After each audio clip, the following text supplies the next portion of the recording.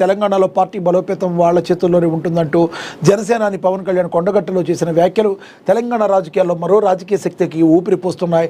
రానున్న రోజుల్లో జనసేన తెలంగాణ రాజకీయాల్లో సంచలనంగా కేంద్ర బిందువుగా మారుతుందన్న అభిప్రాయం ఆ పార్టీ నేతల్లో వ్యక్తమవుతుంది. జనసేన అధినేత పవన్ కళ్యాణ్ ఫోకస్ తెలంగాణ వైపు షిఫ్ట్ చేయడంతో ఈ ప్రాంతంలో జనసేన ఫ్యూచర్పై అంచనాలు పెరిగాయి.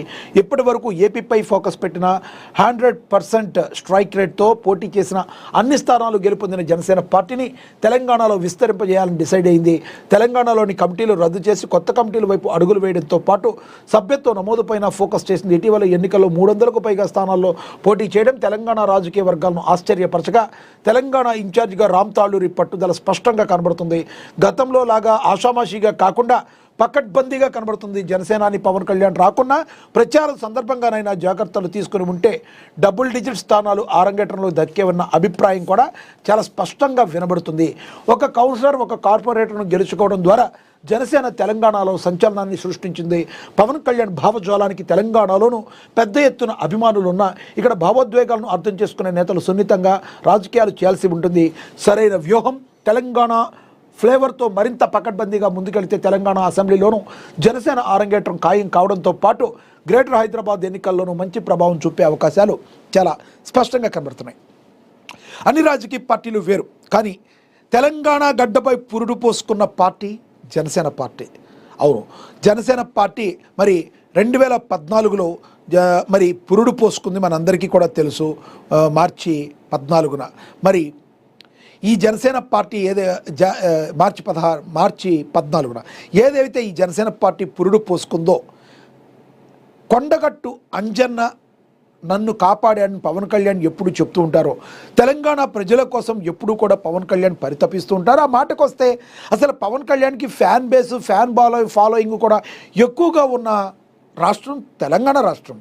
ఒకప్పుడు మెగా ఫ్యామిలీకి నిజాం అంటే కంచుకోట, కాబట్టి నైజాం అంటే కంచుకోట. వాళ్ళు ఇక్కడి నుంచే పేమెంట్లు కూడా తీసుకున్న పరిస్థితి.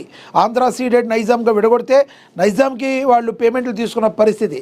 ఆ రకంగా అంతటి ఎక్కువ మంది జనసేన పవన్ కళ్యాణ్ని అభిమానులు బాగా ఓన్ చేసుకున్న పరిస్థితి. అయితే పవన్ కళ్యాణ్ అయితే బాగా ఓన్ చేసుకున్నారు, కానీ అనూహ్య పరిణామాలు తెలంగాణ సెంటిమెంట్ వీటన్నిటి నడుమ జనసేన ఇక్కడ పెద్దగా ఫోకస్ చేయలేదు. కానీ ఈసారి అలా కాదు, మరి యువతరం కోసం జనసేనాని ఫోకస్ పెట్టారు. ఎవరికైనా లోకల్ నాన్ లోకల్ అని ఉంటుంది, కానీ పవన్ కళ్యాణ్ మాత్రం ఆయన నేషనల్ లీడర్, మనసుతో స్పందించే నాయకుడిగా మంచి పేరు తెచ్చుకుని మరి ఈ రోజున ఆంధ్రప్రదేశ్లో ఎక్కడ కష్టమున్నా అన్నా అని పిలవగానే నేనున్నానంటూ ముందుకెళ్తున్న పవన్ కళ్యాణ్ మరి తెలంగాణ వైపు, తెలంగాణ ప్రజల వైపు కూడా మరి ఆయన ఎటువంటి పరిస్థితుల్లో ఇక్కడ కూడా నేను ఉండాలి అనుకుని ఆల్రెడీ ఇప్పటికే కొన్ని సేవా కార్యక్రమాలు తెలంగాణలో చేశారు. తెలంగాణలో మారుమూల గ్రామాలకి బోరు తవ్వించిన పవన్ కళ్యాణ్కే చెల్లింది వ్యక్తిగత ఖర్చులతో. అదేవిధంగా కొండగట్టు అంజన్నకి ఎప్పుడైతే మాట ఇచ్చాడో, తనను కాపాడిన కొండగట్టు అంజనకి ఏపీలోని టీటీడీ నిధుల ద్వారా తెలంగాణకు మరి ఆ కొండగట్టు అంజన్న స్వామి క్షేత్ర డెవలప్మెంట్కి అమౌంట్ ఏర్పరచడంలో ఆయన తనదైన శైలిలో ముద్ర వేసి పవన్ కళ్యాణ్ నాకు ఆంధ్ర తెలంగాణ అనే ఫీలింగ్ లేదు, భారత్ అని మాత్రమే ఫీలింగ్ ఉందన్న ఉద్దేశంతో మరి పవన్ కళ్యాణ్ ఉన్నారు. పవన్ కళ్యాణ్కి ఏదో ఏపీ వాడనో లేదంటే తెలంగాణ వాడనో ముద్ర వేసే అవకాశం ఎక్కడా కూడా మనకి కనబడతలేదు. ఎందుకంటే సాక్షాత్తు ప్రధాని నరేంద్ర మోడీ గారే చెప్పారు, పవన్ కళ్యాణ్ అంటే అదొక వీచే గాలి కాదు, తుఫాన్ అందే హై అని చెప్పారు. రానున్న రోజుల్లో జనసేన చాలా బలంగా వెళ్ళబోతుంది. మరి యువతరానికి మరి రెడ్ కార్పెట్ పరుస్తూ కావాల్సింది డబ్బున్నోళ్ళు కాదు, దమ్మున్న నాయకుడు కావాలని చెప్పి యువతరం కావాలి. ఇలాంటి యువతరం వస్తే సమాజానికి మంచి జరిగటానికి అవకాశం ఎక్కువగా ఉంటుందని చెప్పి మరి జనసేనాని పిలుపునివ్వడం జరిగింది. ఇక మనకి తెలుసు, మొన్న మున్సిపల్ ఎన్నికల్లో కూడా పోటీ చేశారు. అయితే 2 సీట్లను వాళ్ళు గెలుచుకోవడం జరిగింది. ఒక కార్పొరేషన్ గెలిచారు, ఒక కౌన్సిలర్ గెలిచారు, మరి ఒక కార్పొరేటర్ గెలిచారు, ఒక కౌన్సిలర్ గెలిచారు. కానీ ఫోకస్ నిజంగా చేస్తుంటే 2 అంకెల సీట్లు గెలుచుకునే అవకాశం ఉండేదని దీనిలో మరి మహాదినపత్రికలో ప్రచురించడం అయితే జరిగింది. రామ్ తాళ్ళూరి ఎవరైతే ఉన్నారో చాలా పట్టుదలతో ఎటువంటి పరిస్థితుల్లో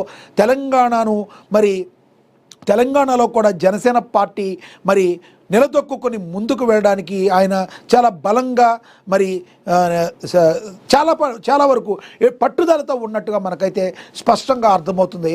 కాబట్టి ఒక సంచలనాలకు కేంద్ర బిందువుగా మారే అవకాశం రానున్న రోజుల్లో, రానున్న సంవత్సరాల్లో జనసేన కనబడుతుంది. ఇప్పుడు అక్కడ దాకా ఎందుకు, గతంలో జిహెచ్ఎంసీ ఎన్నికల్లో పోటీ చేయలేదు, కానీ ఈసారి జిహెచ్ఎంసీ ఎన్నికల్లో కూడా పోటీ చేస్తున్నారు. జిహెచ్ఎంసీ ఎన్నికల్లో కూడా పోటీ చేసి తమ సత్తా ఏంటో చాటడానికి జనసేన ఉవ్విళ్ళుతుంది. చూడాలి మరి ఏ మేరకు సక్సెస్ అవుతుంది, ఎంతవరకు మరి. ఎందుకంటే ఆల్రెడీ మున్సిపాలిటీలోనే 2 సీట్లు తెచ్చుకున్న వాళ్ళకి జిహెచ్ఎంసీలో తెచ్చుకోవడం పెద్ద గొప్ప కాదు. ఫోకస్ చేస్తే కంపల్సరీ జనసేనకి మంచి అవకాశాలు ఉన్నాయని దీన్ని బట్టి మనకైతే అర్థమవుతుంది. ఇక తదుపరి